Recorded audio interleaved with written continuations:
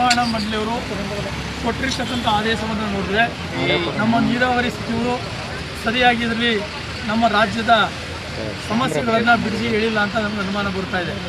ಯಾಕೆಂದರೆ ಕಳೆದ 2 ತಿಂಗಳಿಂದ ನಮಗೆ ಮಳೆ 50% ಮಳೆ ಬಂದಿಲ್ಲ, ಜಲಾಶಯಗಳು ನೀರಿಲ್ಲ ಮತ್ತು ಕುಡಿಲಿಕ್ಕೂ ನೀರಿಲ್ಲ ಅನ್ನುವಂಥ ಸಂಗತಿ ಗೊತ್ತಿದ್ದು ಕೂಡ ಯಾಕೆ ನೀರಾವರಿ ಇಲಾಖೆಯವರು ಸಮರ್ಪಕವಾದಂಥ ವರದಿಯನ್ನು ಕೊಡದೇ ರಾಜ್ಯಕ್ಕೆ ಅನ್ಯಾಯ ಮಾಡಲಿಕ್ಕೆ ಹೊರಟಿದ್ದಾರೆ.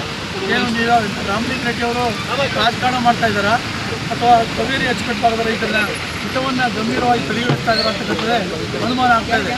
ಜೊತೆಗೆ ಕೆಲವು ಮಂತ್ರಿಗಳು ಎಂ.ಬಿ. ಪಾಟೀಲ್ ಅಂತ ಅವಿವೇಕಿಗಳು ನೀರು ಬಿಟ್ಟರೆ ಏನಾಗ್ತದೆ ಅಂತ ಹೇಳ್ತಾರೆ. ಅವ್ರಿಗೆ ಕುಡಿಯೋ ನೀರಿನ ಸಮಸ್ಯೆ ಗೊತ್ತಿಲ್ಲ. ಇವರು ಬೇಕಾಬಿಟ್ಟು ಹೇಳಿಕೆ ಕೊಡ್ತಕ್ಕಂಥದ್ದು ಸರಿಯಾದಂಥ ಕ್ರಮ ಅಲ್ಲ. ಯಾಕೆಂದರೆ ಇಡೀ ಕಾವೇರಿ ಅಚ್ಚುಕಟ್ಟು ಭಾಗದ ಜೀವನದ ಇದು ಕಬಿನಿ ಕಾವೇರಿ ಕುಡಿಯೋದಕ್ಕೆ ನೀರು ಬೇಕು. ಮೈಸೂರು, ಬೆಂಗಳೂರು, ರಾಮನಗರ ಭಾಗದಲ್ಲಿ ಕುಡಿಯೋದಕ್ಕೆ ಎಲ್ಲಿ ಕೊಡ್ತಾರೆ ನೀರನ್ನ? ಇರ್ತಕ್ಕಂಥ ಮಳೆ ಪ್ರಮಾಣ ಕಡಿಮೆ ಆಗಿದೆ. ಇದನ್ನು ವಾಸ್ತವಾಂಶವನ್ನು ವಿವರವಾಗಿ ಕೂಡಲೇ ಸರ್ಕಾರ ಪುನರ್ ಪರಿಶೀಲನೆ ಅಂತ ಹಾಕಿ ಆದೇಶವನ್ನು ಮಾಡಿಫೈ ಮಾಡಿಸಿ ನಾವು ನೀರು ಕೊಡೋದಕ್ಕಾಗಲ್ಲ ಅನ್ನುವಂಥ ಎಚ್ಚರಿಕೆಯನ್ನು ಕೊಡಬೇಕಾಗ್ತದೆ. ಇಲ್ಲಾಂದರೆ ಇಡೀ ಕಾವೇರಿ ಅಚ್ಚುಕಟ್ಟು ಭಾಗದಲ್ಲಿ 2007ರಲ್ಲಿ ಆದಂಥ ಚಳುವಳಿ ಮತ್ತೆ ಮರುಕಳಿಸ್ತದೆ ಅನ್ನುವಂಥ ಎಚ್ಚರಿಕೆಯನ್ನು ಮುಖ್ಯಮಂತ್ರಿಗಳಿಗೆ ಕೊಡಲಿಕ್ಕೆ ನಾನು ಬಯಸ್ತೇನೆ.